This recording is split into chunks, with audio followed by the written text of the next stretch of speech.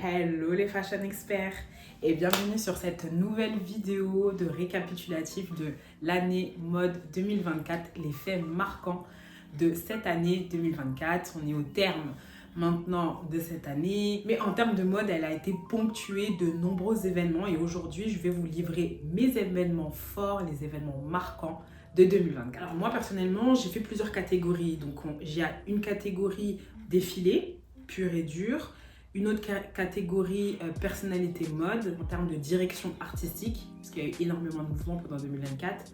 Et en dernier, ce sera en termes de business, mode, etc. Vous allez comprendre. On va commencer dans un premier temps en termes de défilé. Donc l'année 2024, elle a été ponctuée par des défilés vraiment mémorables. Pour moi, les défilés Schiaparelli ont été tous des chefs-d'œuvre en termes de création pure et dure, de vêtements, de silhouettes et également en termes de scénographie. On a eu vraiment des scènes qui étaient incroyables, magnifiques. Donc pour moi, ça fait partie du top. Ensuite, bien évidemment, comment parler de défilé marquant sans parler du défilé Margiela. Alors le 25 janvier 2024, donc en tout début d'année, on a eu le défilé vraiment marquant de John Galliano, qui s'est déroulé sous les voûtes du pont Alexandre III sur Paris. Et on a eu un défilé qui était vraiment extraordinaire, avec vraiment qui nous a plongé une époque d'antan, avec des silhouettes qui étaient vraiment très personnelles, des corsets. On avait vraiment une scénographie aussi qui était totalement particulière et qui est vraiment la patte de John Galliano. Donc pour moi, c'est un défilé marquant. Ensuite, en 2024, on a eu aussi l'œuvre de Pharrell Williams chez Louis Vuitton. Donc on a senti quand même une petite connexion avec l'ère de Cowboy Carter de Beyoncé, avec tout son album et toute son imagerie. Et c'est ce qu'on a retrouvé en fait un peu dans le défilé de Pharrell Williams pour les hommes. Donc c'était vraiment ambiance Far West, avec vraiment une inspiration. On sentait que c'était vraiment une inspiration cowboy, du noir américain, cowboy, etc. Donc ça vraiment c'était un défilé marquant. Il y a eu aussi The Row, la maison The Row qui a interdit les téléphones lors de son défilé. Alors est-ce que pour vous, vous considérez ça comment? Est-ce que c'est une violation des règles de liberté, d'expression, de communication? Ou est-ce que pour vous, vous trouvez que c'est normal de pouvoir masquer tout ça et de faire une communication exclusivement réservée à la maison et pas aux invités? Moi, je sais pas, je suis un peu perturbée par cette manière de faire parce que je me dis que quand on s'apprête et qu'on se déplace à un défilé, c'est forcément pour avoir des vidéos, être tagué sur les réseaux sociaux, faire de la com en fait. Et si on refuse aux invités de faire la communication, je sais pas, je trouve ça plutôt particulier. Qu'est-ce que vous en pensez? Dites-le moi en commentaire. Ensuite, on avance dans le temps et on fait un bond au défilé Vogue Fashion World qui s'est déroulé à Paris cet été, place Vendôme. Il a mis en lumière en fait tellement de maisons de mode, et qui a mis en lumière tellement d'artistes, tellement de maisons de mode, tellement de personnalités, des personnalités françaises qui ont marqué en fait, qui ont marqué l'histoire en termes sportifs, en termes artistiques, en termes de mode. Cet événement, j'ai l'impression qu'il est un peu passé à la trappe. Les personnes n'en ont pas vraiment beaucoup parlé, je trouve, alors que franchement, c'était une première et c'était un événement qui était totalement marquant. Anna Wintour, bravo, vraiment.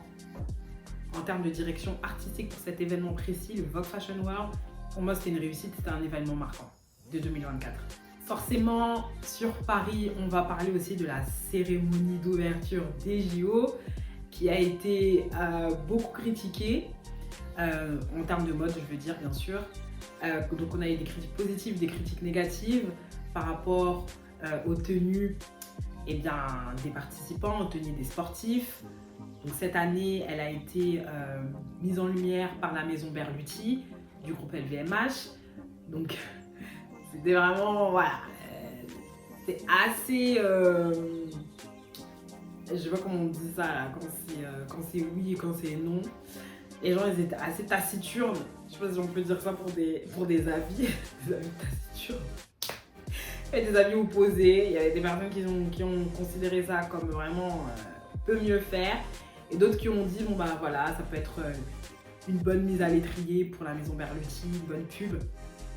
Donc voilà, en tout cas, c'était un événement marquant, allez en parler. Ensuite, plus en fin d'année, j'ai trouvé que Alessandro Michele, l'ancien directeur artistique de Gucci et maintenant chez Valentino, qui a fait revenir tout ce qui est la mode vraiment baroque italienne sur le devant de la scène pour la maison Valentino.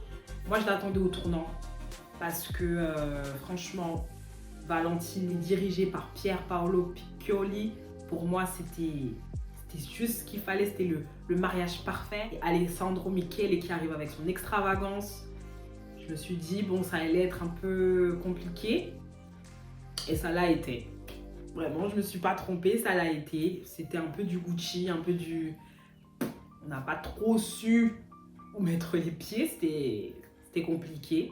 On n'a pas retrouvé la maison Valentino. Pour moi, c'était un événement marquant.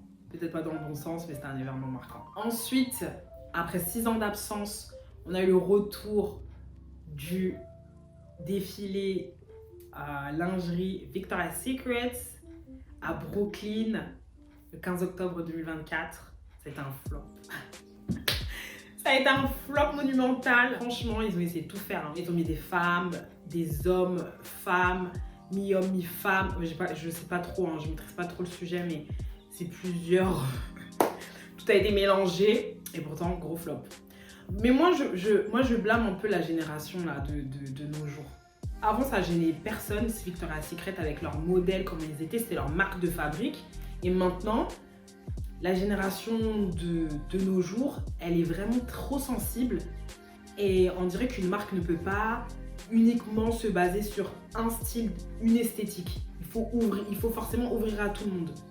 Moi, je suis un peu mitigée par rapport à ça. Je trouve que c'est un parti pris d'être niché quelque part. Ils ont voulu leur personne. Après, c'est vrai qu'il y a eu beaucoup de dérives. Il y a eu beaucoup de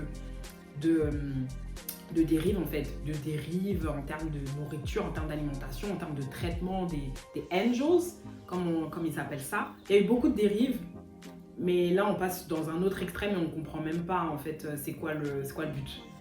Donc on a eu des figures, il y a eu des figures iconiques, donc Kate Moss, Tyra Banks, flop total. Donc peut-être que Victoria's Secret a besoin encore de mélanger son secret, parce que son secret là, on ne sait pas si c'est le secret de la réussite, le secret de la défaite, on ne sait pas. On ne sait pas, mais Victoria, wake up Victoria, 2025 là, you need to wake up. Voilà en termes de défilé, moi, ce que j'ai retenu. Maintenant, en termes de personnalité mode, il y a eu des événements qui étaient trop marquants, notamment la disparition de Monsieur Roberto Cavalli, donc, qui s'est passé le 12 avril 2024. Il est décédé à 83 ans. Donc l'homme qui aimait sublimer les femmes avec des imprimés léopards, avec des imprimés serpents, pitons, etc. Voilà. Le créateur de sa maison éponyme a quitté ce monde. Encore une icône qui part. Donc vraiment, de plus en plus, les années vont avancer. De plus en plus, on va perdre des icônes en espérant avoir de nouvelles icônes pour les années à venir. Ensuite, on a eu le buzz maximal de Tyla. Make me sweat, make me water. Au Met Gala, qui a été habillée par Balmain avec sa robe. Voilà, elle a été portée comme une plume au-dessus des escaliers. Un moment fort où sa robe elle a été découpée pour faire une autre robe de soirée. C'était vraiment très impressionnant. C'est très très impressionnant. Mais il y a une autre personnalité qui a vraiment pour moi sublimé le Met Gala, c'était Anok Yai avec sa robe Swarovski. Je suis désolée, on n'en a pas assez parlé. Anok Yai avec ta robe, my god, on dirait une fée, on dirait vraiment une femme sortie d'un univers féerique incroyable et magnifique. Ensuite, un retour très très attendu et très marquant, celui de Bella Hadid au Festival de Cannes. Donc tout se fait en France. Franchement, la France là, la France elle a le secret. vois, Victoria, vous pensez que t'as le secret là, Victoria's Secrets. Non, c'est la France qui a le secret, pardon. La France, Festival de Cannes, Bella Hadid, elle apparaît, tout le monde est bouche bée. On va plus parler de sa tenue, hommage à sa culture palestinienne. Donc voilà, ça a fait un buzz parfait. Donc je trouve que en fait, je trouve très intelligent ce genre de personnalité qui partent pendant un moment et quand elles reviennent avec quelque chose de marquant, avec un fait. Voilà, certains peuvent trouver ça politique, d'autres clivant, etc. Peu importe, en tout cas, elle exprime son soutien ou elle exprime en tout cas sa personnalité à travers sa tenue et c'est marquant. En termes de direction artistique, les faits marquants sont les suivants. Le départ de Virginie Viard de Chanel. Franchement, son départ, mais vraiment, je sais pas qui remercier. Vraiment, on remercie le ciel, on remercie qui, on remercie quoi. Parce que franchement, Virginie, t'as bien fait. Tu as très bien fait de quitter la direction artistique.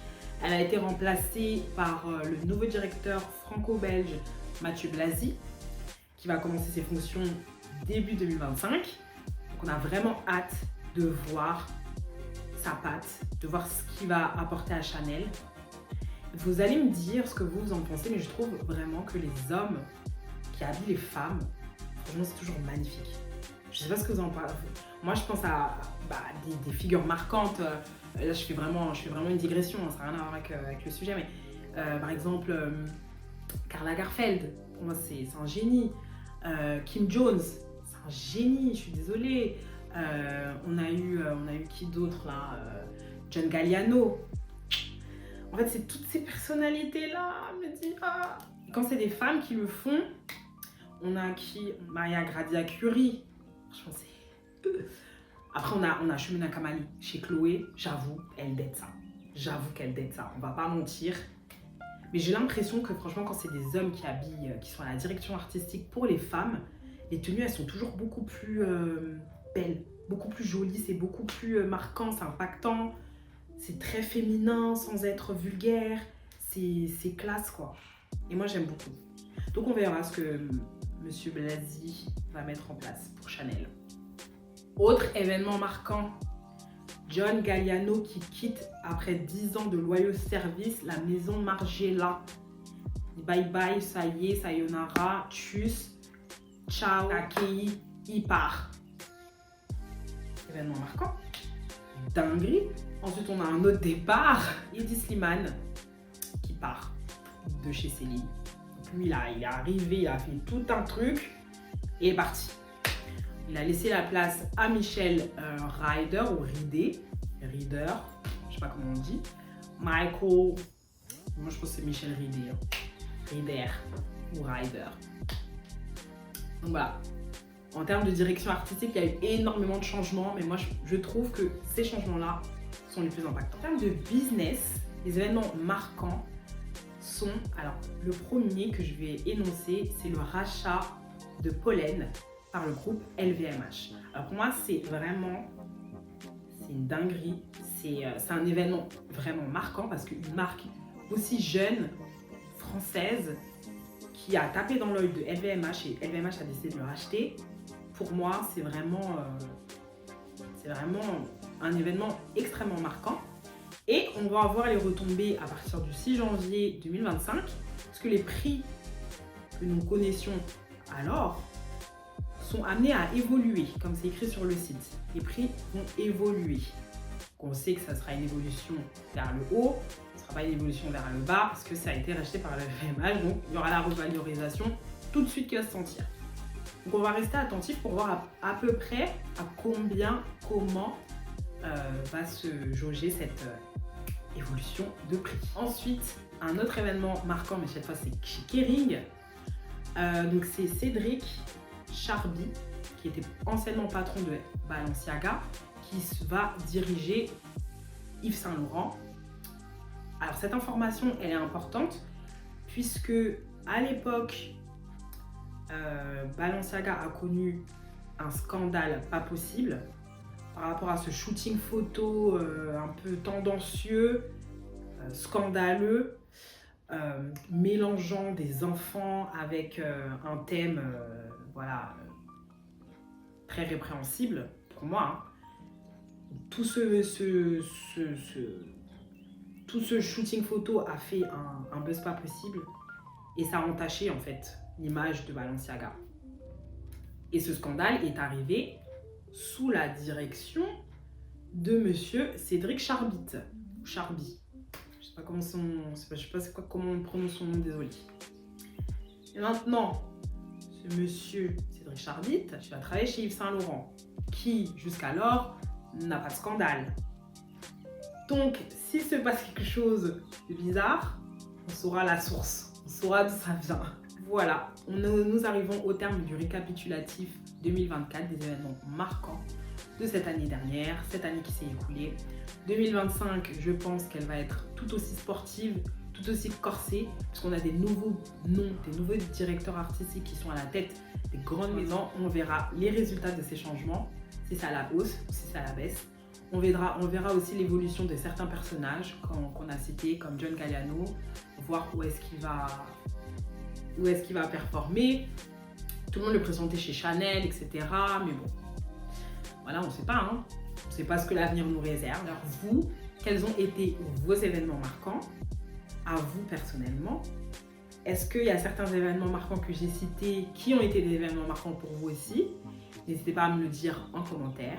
On échange, on partage, on débat avec bienveillance et avec politesse. Sur ce, je vous souhaite de rester stylé, de rester tendance. Regardez la prochaine vidéo qui suit quoi. Bye bye.